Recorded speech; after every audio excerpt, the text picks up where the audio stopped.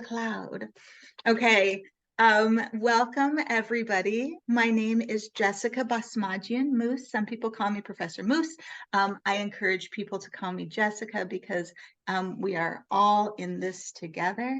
And I'm really happy to be with you today talking about trauma-informed instruction. I wanted to talk a little bit about our world as teachers and our goal in the classroom, and just kind of my perspective on the history of like how we've gotten to this point. So from my perspective, we all start teaching with the intention of meeting the needs of our learners. And we do that in different ways. And it used to be that we honed our practice as teachers. You specialized in our subject matter. We were super knowledgeable on the thing that we wanted to communicate ideas about, and then we shared that information. And then we started thinking it's not as much about us being amazing learners. It's about our students and their ability to receive the information. And so we started putting more attention on the learners. We started thinking about how are they learning and what can I do to help them access the material. And so, we started thinking about different learning styles and different ways of teaching the materials. We started looking on learning differences and just becoming much more in tune with the individuals. And then we got to a point where we started to be able to look at the learners who are struggling for reasons that are outside of academics.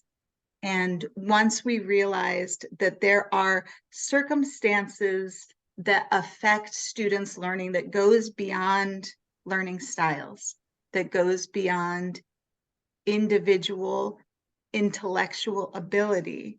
And by addressing those needs, that is how we are going to meet the needs of the learners. We find ourselves here at our understanding of how trauma affects the brain, affects the learner in the classroom, and what we as teachers can do to meet those learning needs. Okay, so that was kind of my general introduction to allow everybody to get here and to get settled in. And so I want to do just a quick roll call and just get a sense of who we have in the classroom. So we're not always in the same order. So I'm just going to call out the names of the people that I see in the order of my screen. And if you could just quickly tell us who you are and what your teaching background is. If you have any specific questions that you would like to have addressed, I'm going to be taking notes. My pen fell, hold on. I'm going to be taking notes in case there's information that you want that is not going to be covered in this workshop, and I could be in touch with you because there's no way we will cover this information in the time we have, but we can definitely start building a community of people and resources. So with that, can I start with Richard?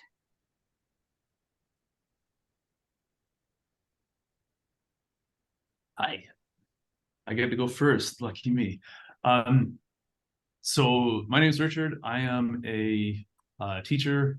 I've been teaching element. This is what you want, right? You want to know who I am and any, okay. There's nothing specific I want out of your talk. So if I forget to say that, that's I think what you needed from me.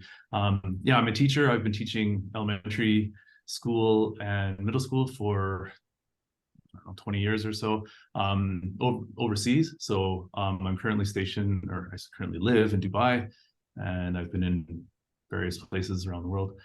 And hopefully I'm starting my master's in counseling in, well, I mean, hopefully in a few weeks or Fantastic. 2 months or so. Well, thanks for being with us, Richard. Thank you. Miss Susan. First of all, sorry, my tutor name has appeared there.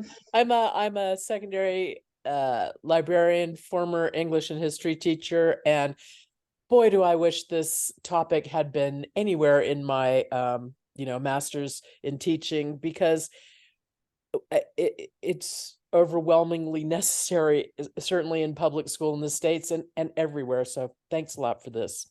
Absolutely. Kathleen. Hi, I am a public school teacher in Maryland at the time, and most of my experience has been here, although I have taught overseas as well.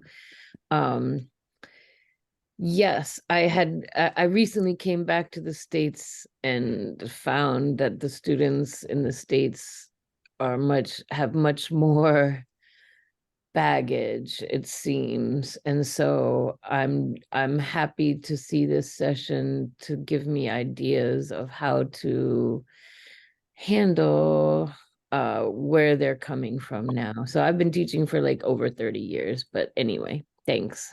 Excellent. Carla. So my name is Carla Hello. I'm preparing a master in ESL. I work as a paraprofessional at Franklin Park High School.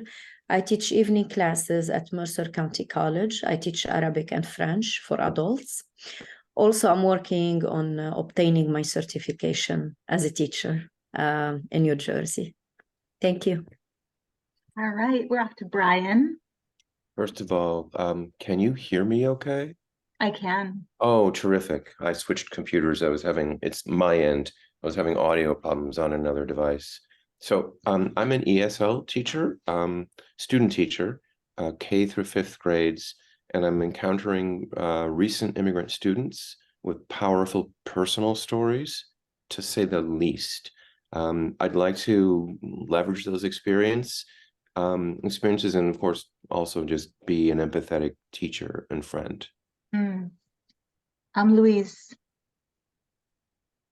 Hi, everybody. My name is Luis. I am not yet a teacher. I live in Thailand, and my educational background has mostly been running play dates for my daughter and her little friends. Yeah, I joined this one particularly because I think it's super important. I think that it's something that we like to sweep under the rug, because when we talk about trauma and really helping these kids unpack what they've gone through, it's a lot of extra work that I think a lot of teachers, understandably so, choose not to engage with, on top of all the extra work they have, but it is so incredibly important. So I was really, really interested in following along. Megan. Hi, everybody. Good morning. Back with my squeaky voice.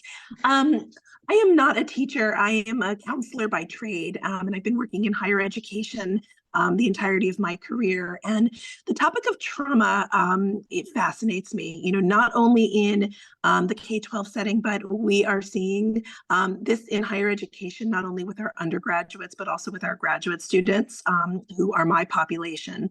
So just very curious, Jessica, on your thoughts on this topic, and talking about the biology of the behavior to help me to better understand our current landscape. So thank you. You're welcome.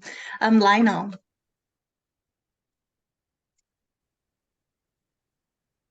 Yeah, sorry about that.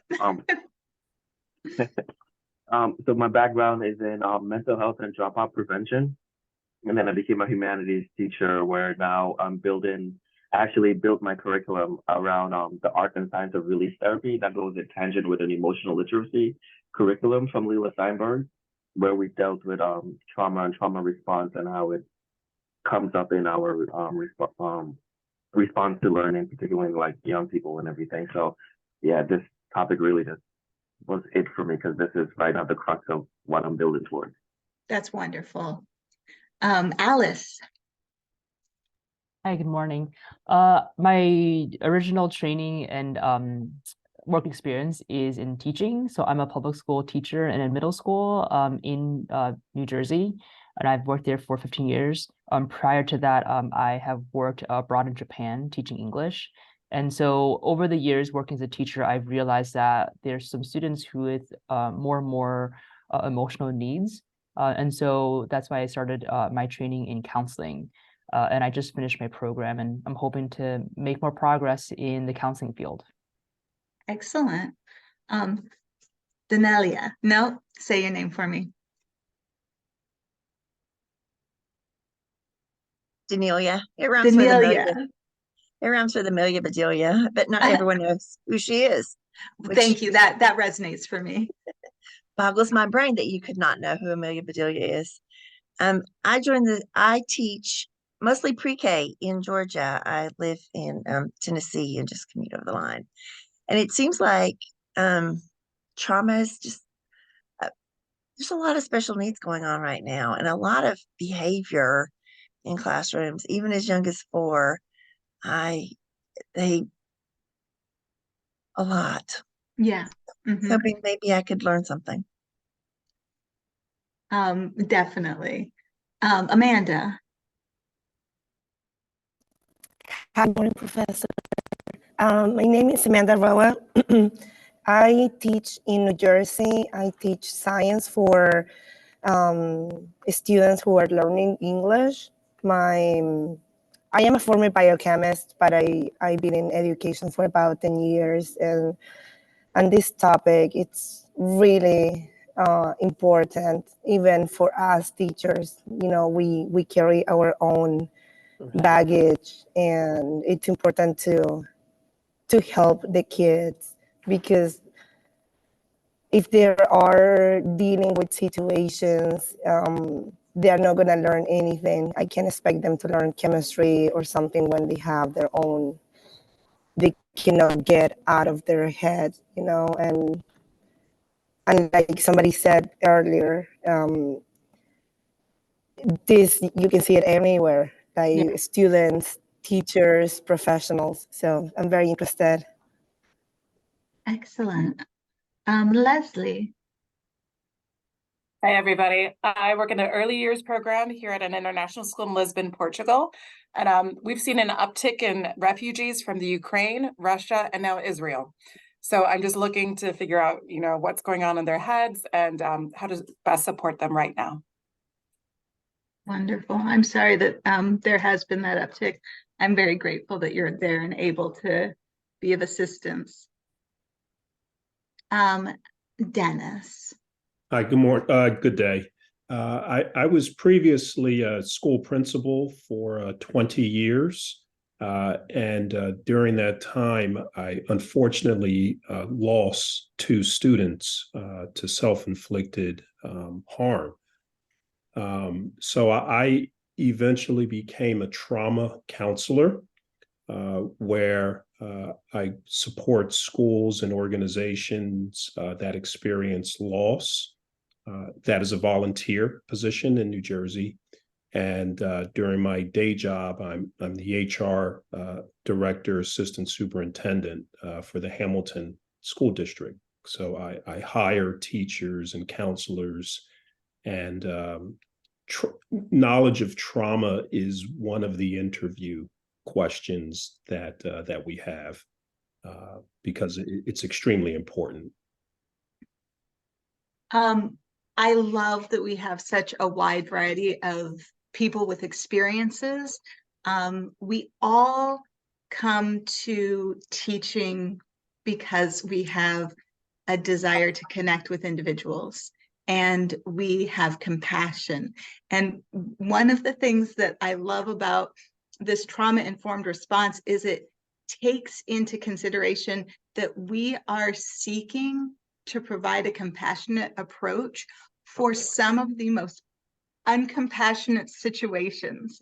The students that are experiencing trauma, whether it be, emotional, intellectual, sexual, lack of resources, any of these things, it's not going to create a person who meekly sits in the corner asking for help.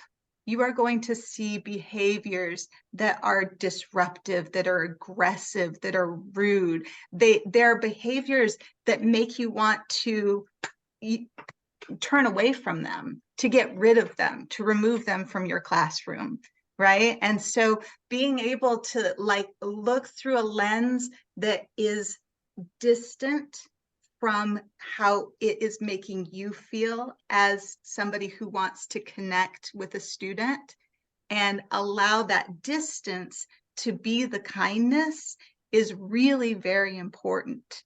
It was not intuitive for me. I wanted to build a relationship with my students. I wanted to form a bond of trust. They were not going to trust me. They were not going to trust anybody. But I did learn that there are things that I can do to provide a sense of security that would slowly instill this sense of hope and progress. And so that's one of the things that we're going to do by understanding what is actually going on in their brain and how it is that they could make those next steps along the way. I want to just kind of start the conversation with an analogy to a lifeguard and somebody who's drowning. Okay, so a lifeguard is highly trained. They know what to do in a crisis. They know how to help somebody.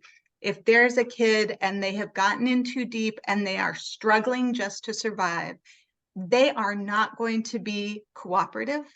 They are not going to be thankful to the person who's trying to save them. They're not even going to be aware that there is somebody with their best interest in mind. They're going to be kicking and flailing. They are in survival mode. And that's where our kids are very often in our classroom. They are just trying to keep their head above water, and they may like push you away, hold you down, do all the things that are counterindicated for their success. But with a little bit of practice and a couple tools, we can start figuring out, how do you get them to a place of safety? How do you get them in a place where they can relax enough to be successful and to kind of get out of their own way? So does anybody have any thoughts or questions before we jump into kind of a quick look into what's happening in the brains of kids who have experienced traumatic incidents, whether it be in the past or ongoing experiences? Okay, so let me share my screen. The slides that we're going to be looking at are from an LLC. Her name is Joelle Van Lunt. She works in the Vermont schools, and she's put together a really nice visual of the arousal continuum. I'm sure many of us are familiar with this sense of fight or flight. When we're in crisis, what do we do? Some people will freeze. They'll be in place. Some of us will really like throw punches. Some of us will run away. We've added to that a flock. And that is because when we're talking about students who have experienced trauma, one of the first things they do is flock to other people who have shared experiences. And this flocking can be helpful, it can be supportive, or it can also kind of perpetuate some of the trauma.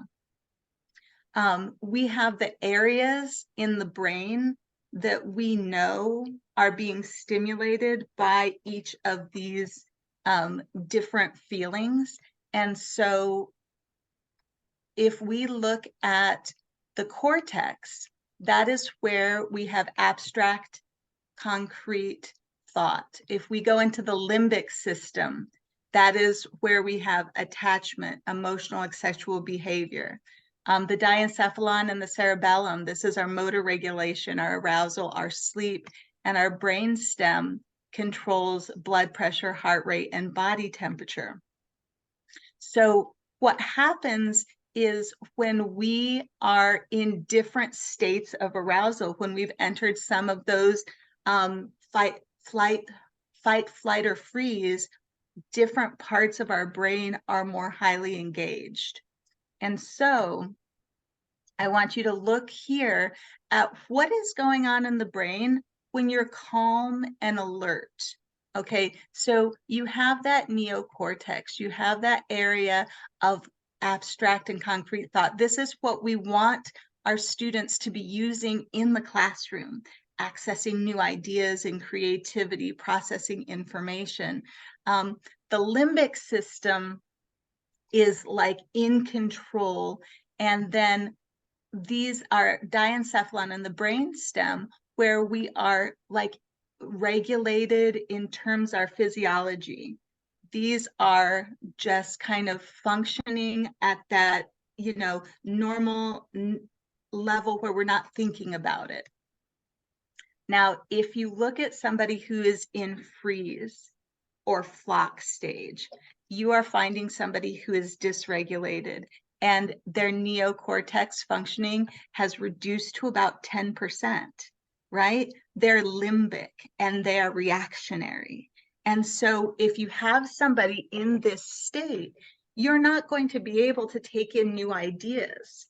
They're not going to be able to present a calm voice or a calm body in a classroom. And so those types of, that feeling is going to create a student who exhibits behaviors that are disruptive or destructive. Now, it gets even more intense if you have somebody who is in the flight or fight, because the neocortex is down to 5%. The diencephalon in the brainstem is up to 85%. And so we're seeing somebody who is going to be creating like an environment around them that is chaotic, but they are in control of. If they are controlling the chaos, then everything around them seems a little bit more safe.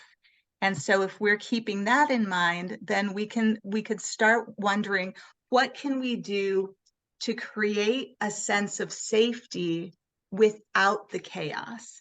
And so this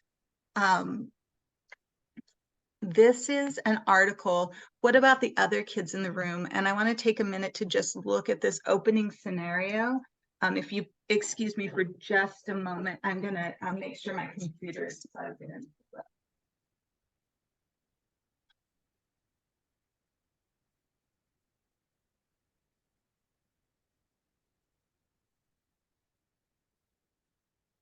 Okay, thank you very much. Okay, so just very quickly on this one, your student is breaking stuff, not idly breaking stuff like accidentally snapping a pencil or shredding a piece of paper with fidgeting hands. I mean, tearing apart your carefully composed bulletin board, knocking your framed poster to the floor and shattering the glass, red in the face and not responding to anyone's words, and just kind of breaking stuff. How teachers and schools respond to this moment falls across a wide spectrum. Now, normally I would use this as a discussion point and like try to get some anecdotal experiences of how would you handle a student who is dysregulated at this level. And I encourage us to form learning communities that go beyond this workshop. But for now, let's just look at what examples this article provides for us. There's the, using the teacher voice or yelling at the students to stop, startling them into responding in a different way. Maybe we call our administrator or the parents, maybe we call the police, maybe we clear the classroom, maybe we restrain the child in that moment, maybe we put them in a seclusion room. There is lack of privileges, there's threats, punishments, bribes. All of those things are things that well-meaning teachers have tried in this moment of absolute chaos. But then we can also try to start thinking about what trauma-informed practices might be helpful. So calm, quiet voices. Just because they're escalated doesn't mean that we have to be. There could be the reassurance of safety. So in the midst of students grabbing your bookshelf and throwing it to the floor, that happened last week, the person responding was simply calm and asking what they need, letting them know they have some options, but in a really calm way with not too many words and not too many options.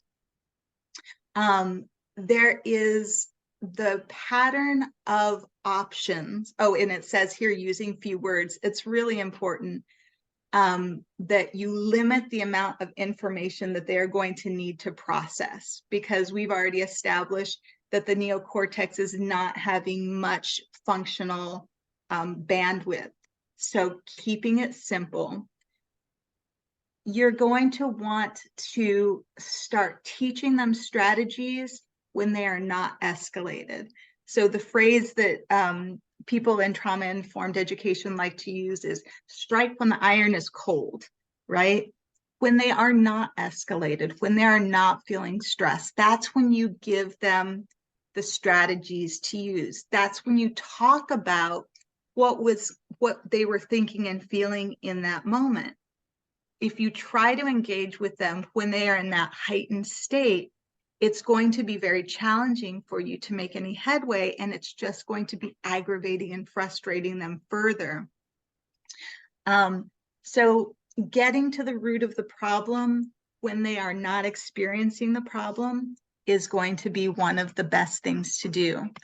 I'm going to show you one of the processing tools that you can use. And it is, this is actually just questions that you can ask ahead of time. That's not actually what I wanted to show you. So give me a moment.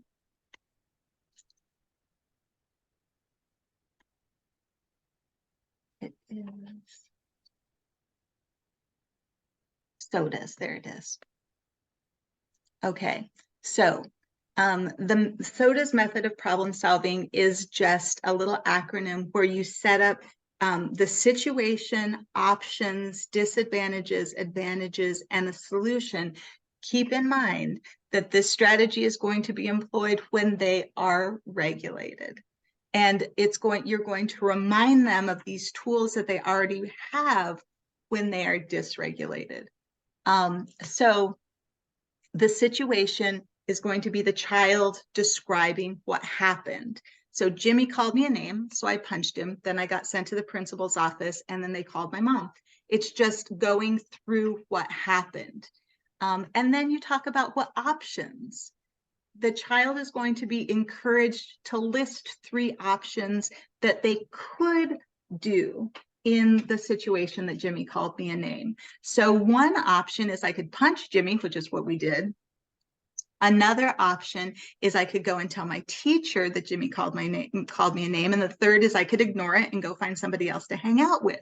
Now, for them to be able to follow through with what that would look like, you're going to go to the next step, which is looking at the advantages and disadvantages of each. This could be supported in any different way with maybe you're going to have to suggest what some of those options are. Maybe you're going to have to suggest what some of the advantages to doing something different than punching Jimmy is going to be. And so when we look at some of the examples, the disadvantage of punching Jimmy is I got sent to the principal's office. They called my mom, but the advantage is that I got my anger out. And maybe Jimmy's going to learn his lesson. He's not going to do that again, right? But then looking at the second option, which is I'm going to go tell a teacher, the disadvantage is I get a reputation as a rat in school, but the advantage is that the teacher can help me solve the problem and I don't get into trouble. All right, so now they're going to start weighing the advantages and disadvantages of both. The third one, which is I'm going to go find another friend to hang out with, the disadvantage is that I don't actually get my anger out. I'm still frustrated. Okay, recognizing the disadvantages with solutions that we as teachers think are the solutions is very reassuring to students. They're like, oh, you get it. You get why I don't want to do that. You get why your solution is not necessarily my solution. But then we could say, well, the advantages is that Jimmy sees that he can't get me. So maybe he won't do it again. So maybe that is solving my problem. The advantage is I don't get in trouble, right? So allowing the students to have that agency of discussing what is important to them. And maybe smacking Jimmy in the face is going to be the most important thing. And then you have to work through what those consequences look like. But we're addressing it at an actual level that is like realistic to the student as a learner. It is actually time for our session to end and you to take a 10-minute break. I'm going to end with saying that there's a bunch of resources that we can share, and you could look through these at your own leisure. I'm going to let you know of 3 basic tools. One of them is called Big Deal, Little Deal, and it's just deciding what is actually a big deal for you and what is a big deal for them, and can we keep it little. Another one is Can't, Don't, Won't. And this is really essential, knowing what a student cannot do. They're not physically, mentally able to do it, what they will not do because they're deciding they will not do it, and what they simply, I lost track of where I was because time is up, so I need to stop talking. But thank you guys very much for being here. Megan, is there anything you want to say before we release these?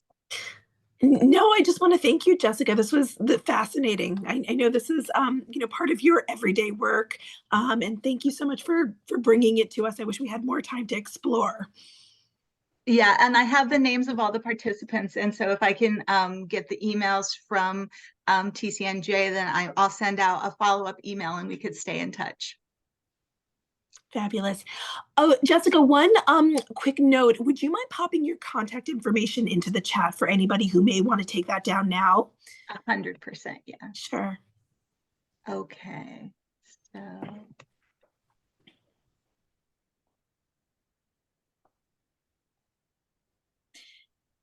And Jessica's actually running off to teach a class for OSGP this morning. So she's got a busy day ahead of her. All right. I'm going to put my phone number there too, because it's calling, texting, WhatsApping, all of those things are absolutely available. Carla, yes. After the EdFest is over the next week or so, we're going to be uploading recordings to the website, and we'll send an email when that's all set. Okay, you guys, I'm going to stop recording now. I'm going to stay here just for like until the break is over in case anybody wants to ask or say anything.